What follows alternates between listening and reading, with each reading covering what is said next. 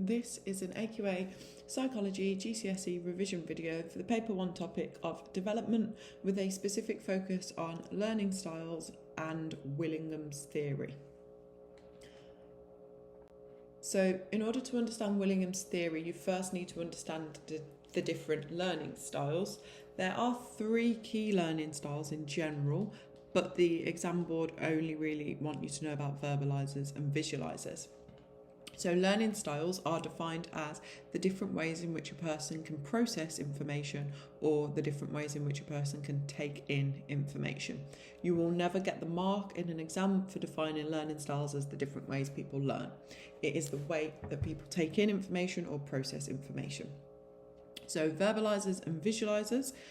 Verbalizers process information in terms of words. They prefer sound, auditory processing, but also things like writing it down and maybe reading it out loud. So their preference would be text over diagrams in order to process and take in and learn the information. Visualizers, on the other hand, prefer to take information visually in terms of pictures or diagrams. So maybe this image on the right hand side is really helping you if you're a visualizer, whereas if you're a verbalizer, listening to me talk is something that you would prefer.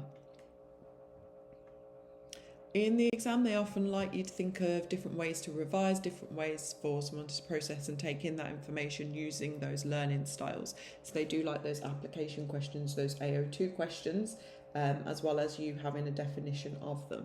And that's probably as far as they're likely to go in terms of learning styles. And the confusion often starts here with students not recognising that Willingham does not like this idea. Willingham is against this idea that a person has a specific learning style and that you're either a verbalizer or a visualizer.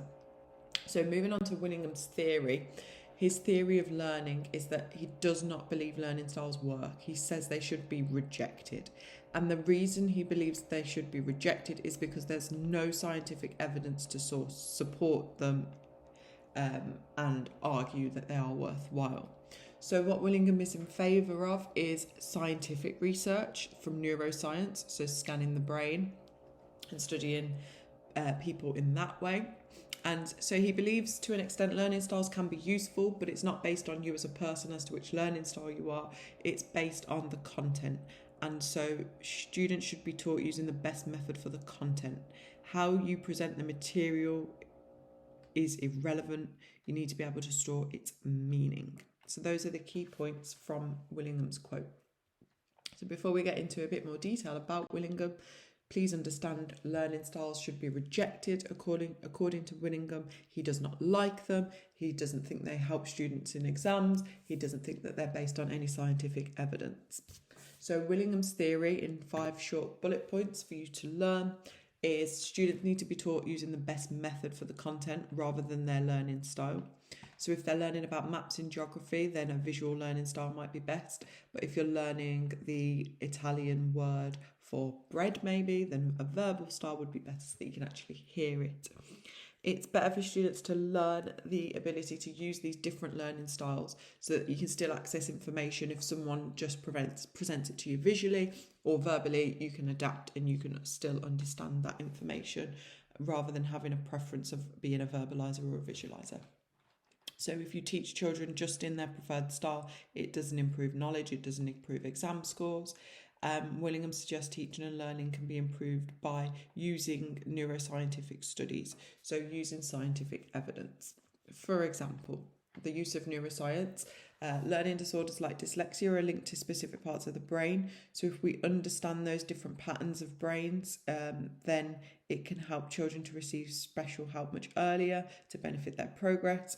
And Willingham does have a lot of scientific evidence in the form of brain scans to support these ideas. So in summary, Willingham does not like learning styles. He doesn't believe that they help students perform better in exams. He does believe that you should be able to be a verbalizer and a visualizer, and that can help you, as depending on the content you are learning will depend on which learning style benefits you the most. So just thinking about how we can evaluate Willingham's learning theory, there's 3 questions on the screen.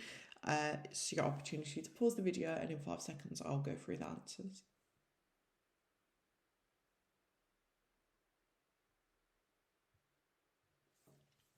Okay, so unfortunately I'm not going to go in order of these questions, but I will go through the answers to each. So it is an evidence-based theory. Willingham's based it on a lot of scientific research, a lot of actual evidence, and so we can trust his theory. It is up to date, it is accepted in schools amongst teachers, and the way that they teach, they do incorporate different learning styles depending on the content, and that it has been shown to improve exam results, which therefore links to your second strength of real-world application, because it links to educational settings, it helps teachers improve, and it helps learners improve, which is very important in psychology, because the aim of psychology is to help improve people's lives, and this is one way Willingham's theory does that. However, he simplifies learning disorders too simply.